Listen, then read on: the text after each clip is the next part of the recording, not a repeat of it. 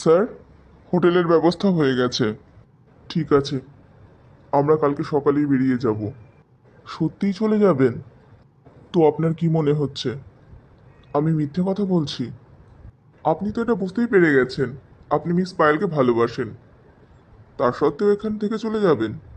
আপনাকে যেটা করতে বলেছি সেটা করুন। আমরা কালকে সকালেই এখান থেকে চলে যাব। আরও একবার ভেবে দেখতে পারতেন স্যার। ভালোবাসার কষ্ট সহ্য করা কিন্তু খুব কঠিন। আর কিচ্ছু করার নেই। যখন নিজের ভালোবাসা নিজে বুঝতেই পারেনি, তখন তার শাস্তি তো পেতেই হবে। আপনি কি বাড়ির কাগজপত্র রেডি করেছেন? হ্যাঁ, রেডি হয়ে গেছে। আমি কি মিস পায়েলকে দলিল এখনই দিয়ে দেব?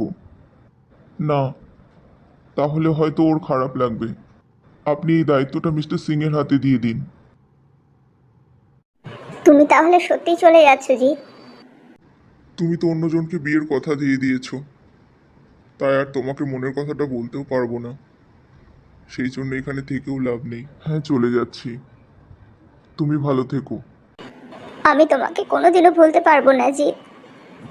সারা জীবন তোমাকে মনে রাখবো। তুমি যে আমাকে কথা দিয়েছিলে পায়েল, তুমি আমার বাড়িতে যাবে। তুমি তো রাগ করে সমস্ত সম্পর্ক শেষ করে চলে যাচ্ছ। আমাদের সম্পর্ক কোনোদিনও শেষ হবে না পায়েল। তোমার যদি কোনো সময় মনে হয় আমি তোমার কোনো সাহায্য করতে পারবো, তাহলে কিন্তু তুমি আমাকে অবশ্যই বলো। আমাদের সম্পর্ক যখন শেষ হয়নি, তাহলে তুমি কেন এখান থেকে চলে যাচ্ছ? জানি না, হয়তো ভুলের শাস্তি পাচ্ছি। ভুলের শাস্তি? কি ভুল করেছো তুমি? নিজের মনের কথাটা না বোঝার ভুল। পায়েল, আর কত সময় নষ্ট করবে? বিয়ের দিন যে এগিয়ে আসছে, আমাদের কেনাকাটিগুলো আমরা সেরে ফেলি। আমাদের শুটিংয়ের কাজ তো শেষ হয়ে গেছে। আমি কালকে থেকে পুরো ফ্রি। এই জন্য সময় নষ্ট না করে কাল থেকেই বিয়ের মার্কেটিং শুরু করে দেব। তোমার যা ইচ্ছে করে তুমি সেটাই কিনবে। আপনি কি জিতকে এই বাড়ির টাকা দিয়ে দিয়েছেন? বাড়ির টাকা? হ্যাঁ, দিয়ে দিয়েছি। আপনার কাজ শেষ হয়ে গেছে মানে জিতেরও তো শেষ হয়ে গেছে, তাই না? অবশ্যই শেষ হয়ে গেছে। সেই জন্যই তো জিৎ কালকে বাড়ি ফিরে যাচ্ছে। ও, কালকে ফিরে যাচ্ছে? তুমি আবার জিতের সঙ্গে দেখা করবে নাকি? দেখো পায়েল, তুমি কিন্তু আমার হবু স্ত্রী। আমি চাই না তুমি অন্য কোনো পুরুষের সঙ্গে দেখা করো। না, দেখা করব না। ঠিক আছে, কালকে থেকে আমরা বিয়ের মার্কেটিং শুরু করে দেব। তুমি তৈরি থেকো। এখন আমি আসছি। তুমি কিন্তু নিজের খেয়াল রেখো।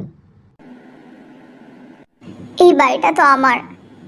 আমি এখানে আগেও একা থেকেছি, তাহলে এখন এখানে একা থাকতে আমার এত খারাপ লাগছে কেন? আমার শুধু জিতের কথা মনে পড়ছে।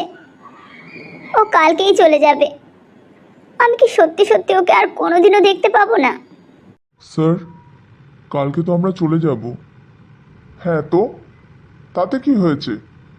বলছিলাম, আপনি বাড়ি ফিরে যাওয়ার আগে মিস পায়েলের সঙ্গে কি একবারও দেখাও করবেন না? আমি তো কতদিন থেকে হোটেলে আছি। ও কি একবারও আমার সঙ্গে দেখা করতে এসেছে?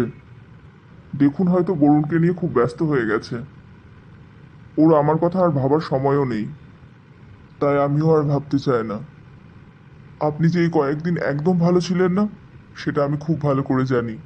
কে কাকে বিয়ে করছে আমি অত জানি না, শুধু এটা জানি আপনি আর মিস পায়েল দুজন দুজনকেই ভালোবাসেন।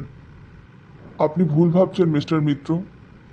পায়েল যদি আমাকে ভালোই বাসতো, তাহলে অন্য আরেকজনকে বিয়ের কথা দিতে পারতো না। আপনি কি তাহলে সত্যি মিস পায়েলের সঙ্গে দেখা করতে যাবেন না? কি হয়েছে আপনার? কেন বারবার একই কথা বলছেন? যাওয়ার হলে আগেই চলে যেতাম। তাহলে কি মিস পায়েলকে এটা জানাবো যে আমরা চলে যাচ্ছি?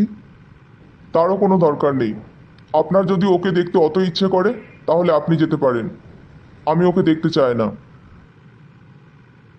মিস পায়েল, আপ कैसे हैं? মিস্টার সিং, আপনি এখানে কি করছেন? এই বাড়িটা তো এখন। आपका है। मुझे पता है मिस पायल। তাহলে আপনি এখানে কেন এসেছেন? अरे घर आपका है, लेकिन कागजात तो मेरे पास है ना। মানে দলিল আপনার কাছে? और किसके पास होगा? मिस्टर मित्तल ने तो मुझे ही ये कागजात दिया आप तक पहुंचाने के लिए। কিন্তু আপনাকে কেন?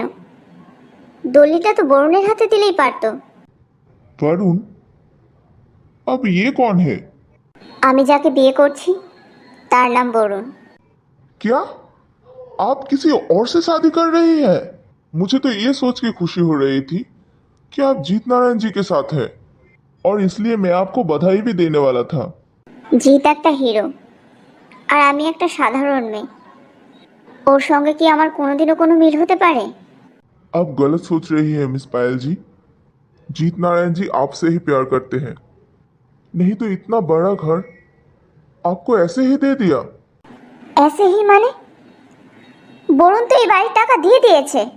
इस घर का पैसा दे दिया है? जिसने भी आपसे ये बात बोला है वो झूठ बोला है। ये घर जीत नारायण जी आपके नाम पे पहले ही कर चुके थे।